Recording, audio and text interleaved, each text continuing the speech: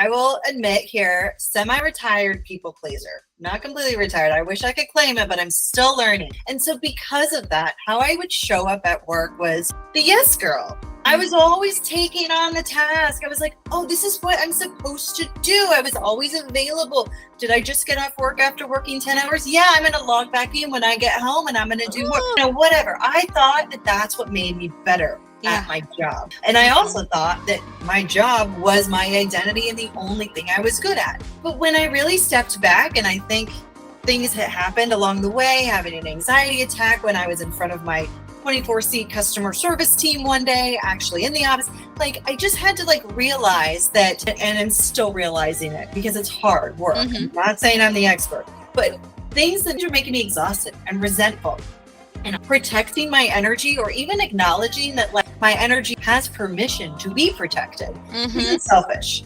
It's absolutely necessary. If I actually want to show up for people in a way that's sustainable and real, and especially as a leader, but also just being a frontline agent, we gotta make sure that these boundaries are set and that we give ourselves permission to set them, because that's the thing. I was like, oh, it's so easy to set boundaries, but I kept saying, no, I'm not going to, because who am I? I gotta be working. I gotta be the yes girl. I gotta help these customers. I gotta help my team, all the things. So I really pay attention now to the conversations that I'm having, meetings that I'm in, or if there's a Slack message that comes through, I really give myself a moment to process before I reply. I kind of think about things like, okay, am I feeling burnt out because I've been saying yes to way too much lately? And so if it's something that's consistently draining me, I just get really curious now. I take a step back and I'm like, okay, do I need to do more, or do I need to do a little less? Yes. Yeah.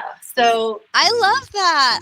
Oh my God, that's the mic drop moment right there. Do I need to do more, or do I need to do less? And I think none of us are trained in that way of thinking. Most of the time, like you're saying, we just want to tack on more and more. And as we were talking about just earlier, CX is already a really tough role. You're around a lot of frustrated people, sometimes all day long. It's a really heavy energy to carry around in your body, in your soul. I also think something that doesn't get talked about enough is how the tools that a lot of agents are working with do contribute to burnout. As you were talking about earlier, humans connecting with humans. And if we think about how I connect with my mom or my friend, I will send them a text, I will call them, and I don't have to repeat myself, right? But if I start a chat with customer service, and then for some reason I pick up the phone and call them, context is lost. And for the customer, that's friction, and that's terrible. For the agent on the other side, that's on the receiving end of that friction that the customer already feels before even talking to the agent. Yeah. That's our North Star, allowing people to communicate with each other contextually, humans talking to humans. I should be able to call customer service from within the app, and they have all the context of my current issue. And I don't have to tell them my order number or my mom's favorite cereal.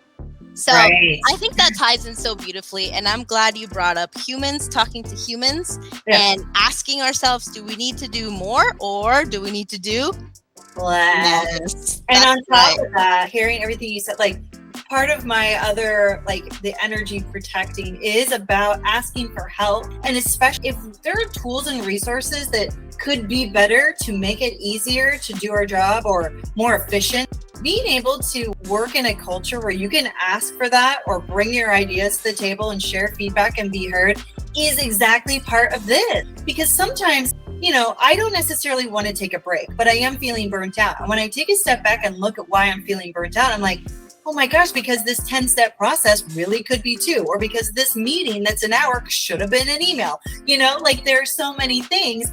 It's not always about just sitting back and not doing anything. Well, that's so important and necessary. There's always going to be ways to improve, but exactly what you're saying, how can we do things in a way that's more efficient and then really give the team and customers the support they need to get stuff done,